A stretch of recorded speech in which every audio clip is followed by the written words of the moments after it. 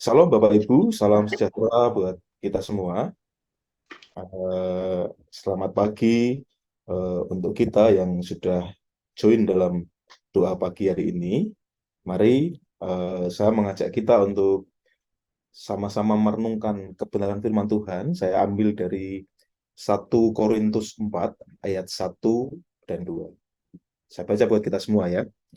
Demikianlah hendaknya orang memandang kami sebagai hamba-hamba Kristus yang kepadanya dipercayakan rahasia Allah, yang akhirnya dituntut dari pelayan-pelayan yang demikian ialah bahwa mereka ternyata dapat dipercayai. Puji nama Tuhan. Nah, Bapak Ibu, eh, saya ingat ketika awal-awal saya melayani, pada waktu itu saya sebagai head, kita masih ibadah di Sambangan. Saya ingat sebuah statement yang sering diperdengarkan kepada saya, khususnya pada waktu itu eh, dikatakan begini statementnya, setiap jemaat adalah para pekerja. Ini berbicara tentang jemaat yang komit. Nah, ilustrasi yang sering disampaikan pada waktu itu adalah kita ini ditempatkan dalam sebuah kapal perang dan bukan kapal pesiar. Nah, jadi harapannya adalah jangan sampai ketika kita bergabung dalam komunitas gereja Tuhan, maka kita hanya ingin menjadi orang yang dilayani, tetapi kita harus ikut terlibat mau melayani dan bersiap sedia untuk dilatih menjadi pekerja yang tangguh, militan, bahkan radikal. Nah, intinya adalah kita dilatih untuk menjadi pekerja Kristus, menjadi pelayan Kristus yang handal dan bertanggung jawab. Pada akhirnya semuanya bisa melayani Tuhan dengan peran dan fungsi masing-masing. Nah, saya mengingat kembali itu dengan maksud, Bapak Ibu, kebetulan hari ini kita membaca dari 1 Korintus 4 ayat 1 dan 2 ini, saya ingin setidaknya mengingatkan kembali ataupun mempertegas kembali status atau identitas kita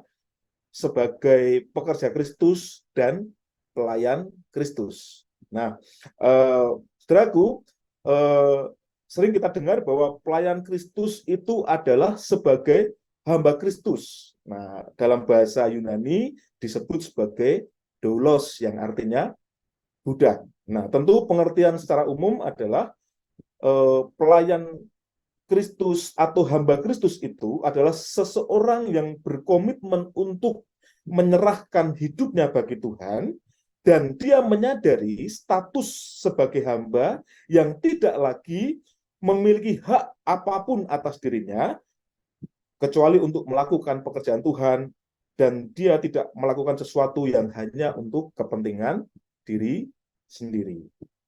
Nah, poin yang ingin saya sampaikan Bapak Ibu sesuai dengan firman Tuhan tadi, mari kita sama-sama menyadari bahwa kita adalah hamba Kristus. Seorang hamba Kristus, kita harus menyadari bahwa Tuhan atas setiap tindakan kita, atas setiap pelayanan yang kita bangun, itu adalah Kristus Yesus sendiri. Ada tuntutan yang secara tidak langsung ditujukan kepada setiap kita, para pekerja Kristus, para hamba Kristus, yaitu kita melakukan yang terbaik untuk kemuliaan nama Tuhan. Juga hamba Kristus itu dituntut untuk memiliki kemurnian hati. Kita tidak sedang mempunyai motivasi yang salah dalam segala hal apapun, dalam tindakan apapun. Jadi kita harus sadar sepenuhnya bahwa segala kemuliaan atas pelayanan kita, atas tindakan kita adalah untuk kemuliaan nama Tuhan. Dan kita harus sadar sepenuhnya bahwa eh, kita tidak sedang mengejar popularitas untuk diri sendiri, membesarkan nama sendiri, ataupun mencuri kemuliaan nama Tuhan. Jadi ingat bahwa kita adalah hamba Kristus yang memang tujuan hidup kita adalah untuk menyenangkan hati Tuhan Yesus Kristus.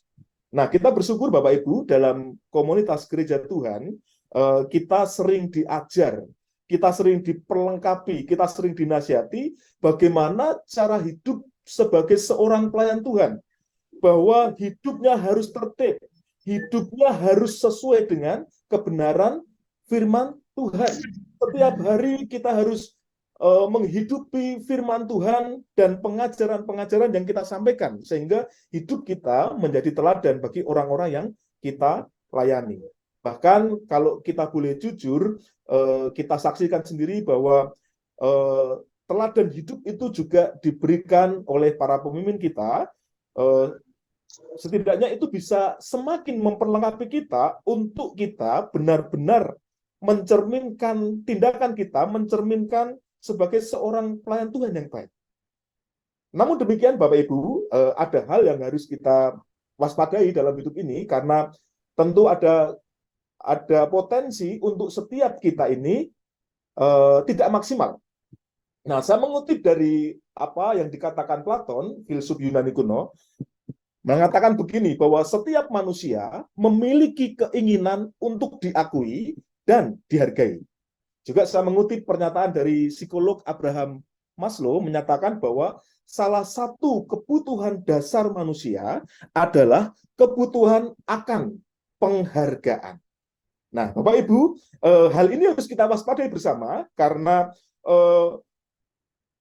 kemungkinan ataupun potensi untuk kita tidak benar itu bisa terjadi.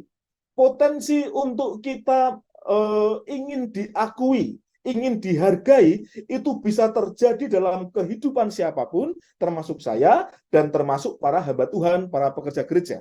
Jadi kita harus benar-benar menyadari bahwa obsesi atau keinginan kita untuk diakui dan mendapat penghargaan cenderung membuat tindakan kita yang kita lakukan, pelayanan yang kita lakukan, apapun itu, kadangkala bukan atas dasar kerinduan untuk menyukakan hati Tuhan, tetapi justru ada terbesit keinginan menyukakan hati manusia atau bahkan diri sendiri. Tentu kita pahami bersama bahwa tindakan ini bertentangan dengan nilai-nilai atau prinsip hidup yang harus dipraktekkan seorang hamba Kristus. Nah, kita renungkan firman Tuhan ini dari Galatia 1 ayat 10. Saya diberkati dengan ayat ini. Dikatakan, jadi bagaimana sekarang? Adakah ku cari kesukaan manusia atau kesukaan Allah? Adakah ku coba berkenan kepada manusia? Sekiranya aku masih mencoba berkenan kepada manusia, maka aku bukanlah hamba Kristus. Nah, saudaraku yang dikasih Tuhan, ini mari kita sama-sama renungkan, dan setidaknya hal ini dijauhkan dari sikap hidup kita sebagai pekerja Kristus ataupun hamba Kristus, bahwa kesukaan kita itu bukan sekedar menyenangkan manusia. Kesukaan kita itu bukan hanya sekedar mencari keakuan diri ataupun popularitas diri sendiri, tapi biarlah kita dibawa menjadi seorang hamba Kristus yang baik, yang kesukaannya adalah menyukakan hati Tuhan, kemudian perbuatannya adalah melakukan sesuatu yang berkenan di hati Tuhan. Nah, itu yang saya tangkap dari firman Tuhan di 1 Korintus 4 ayat 1. Jadi kita harus sama-sama menyadari bahwa kita ini sebagai hamba Kristus yang harus hidup sesuai dengan firman dan kebenarannya. Kemudian poin yang kedua, Bapak Ibu, kita harus menyadari bahwa kita ini dipercaya Tuhan sebuah rahasia ilahi.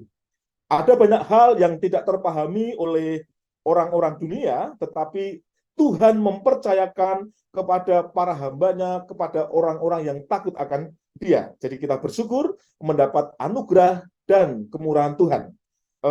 Bahkan kita sering sekali saat kita berseru kepada Tuhan, kadangkala Dia menyatakan atau menyingkapkan hal-hal yang tersembunyi, hal-hal yang tidak terpahami. Nah, tentu ini menjadi anugerah dan kepercayaan sendiri bagi setiap kita, para hamba Tuhan, para pekerja Tuhan, karena disingkapkan hal-hal rahasia yang itu dari Tuhan yang tidak diberikan kepada orang-orang dunia. Kalau dalam Perjanjian Lama, Kita tentu ingat bagaimana kisah Nuh, dia diberitahu oleh Allah bagaimana ada air bah yang datang, dan itu tidak diberitahukan kepada orang-orang lain selain daripada orang-orang yang takut akan dia. Juga kisah Musa, Yusuf, Daniel, dan lain sebagainya. Juga Paulus juga dia juga disingkapkan hal-hal rahasia, meneruskan berita firman, mengerti tentang keselamatan, dan pada akhirnya tersampaikan bagi dunia. Jadi kita harus bersyukur pagi hari ini kita dipercaya sebuah rahasia ilahi. Kemudian Bapak Ibu yang dikasih Tuhan, poin yang ketiga yang ingin saya sampaikan adalah mari kita upgrade diri dan hiduplah dalam kebenaran firman Tuhan agar semakin dapat dipercaya. Karena firman Tuhan tadi katakan di ayat kedua, Bapak Ibu, saya baca sekali lagi, yang akhirnya dituntut dari pelayan-pelayan yang demikian ialah bahwa mereka ternyata dapat dipercayai. Mari kita membangun diri supaya prinsip hidup kita benar, tujuan hidup kita benar. Mari kita menghidupi prinsip firman Tuhan, bahkan goal hidup kita sampai kepada hidup kita ini harus sama seperti Kristus hidup. Nah, saya ingat firman Tuhan katakan bahwa orang yang mengerti kasih Tuhan itu akan semakin sempurna kasih Tuhan ketika cara hidupnya itu sama seperti Kristus hidup. Dan barang siapa orang yang tinggal di dalam Kristus, dia wajib hidup sama seperti Kristus hidup. Saya pikir kalau kita semua punya kerinduan hidup sesuai firman-Nya, hidup sama seperti Kristus hidup, tentu buah yang kita tularkan kepada generasi, kepada orang-orang yang kita layani adalah keteladanan hidup. Kita tidak akan main-main lagi, sikap, tindakan, perbuatan kita tidak akan main-main lagi, tidak akan kompromi dengan dunia, tidak akan kompromi dengan dosa. Kita akan bertanggung jawab dengan setiap kepercayaan yang diberikan Tuhan Allah kepada kita. Kemudian goal kita, saudaraku, kita harus tetap setia apapun situasinya. Nah, saya menangkap bahwa keberhasilan hidup kita terletak pada kesetiaan kita kepada Kristus, dan kita memastikan bahwa kualitas hidup kita sama seperti Kristus hidup. Saya pikir ini luar biasa ketika gereja Tuhan sama-sama menghidupi firman-Nya, pasti Tuhan akan sangat disenangkan, dan pasti kita akan dibawa untuk mengalami berkat-berkat tersendiri. Bahkan Bapak Ibu, saya percaya bahwa ketika kehidupan kita baik, maka buah pelayanan, buah kehidupan itu akan sangat luar biasa dampaknya.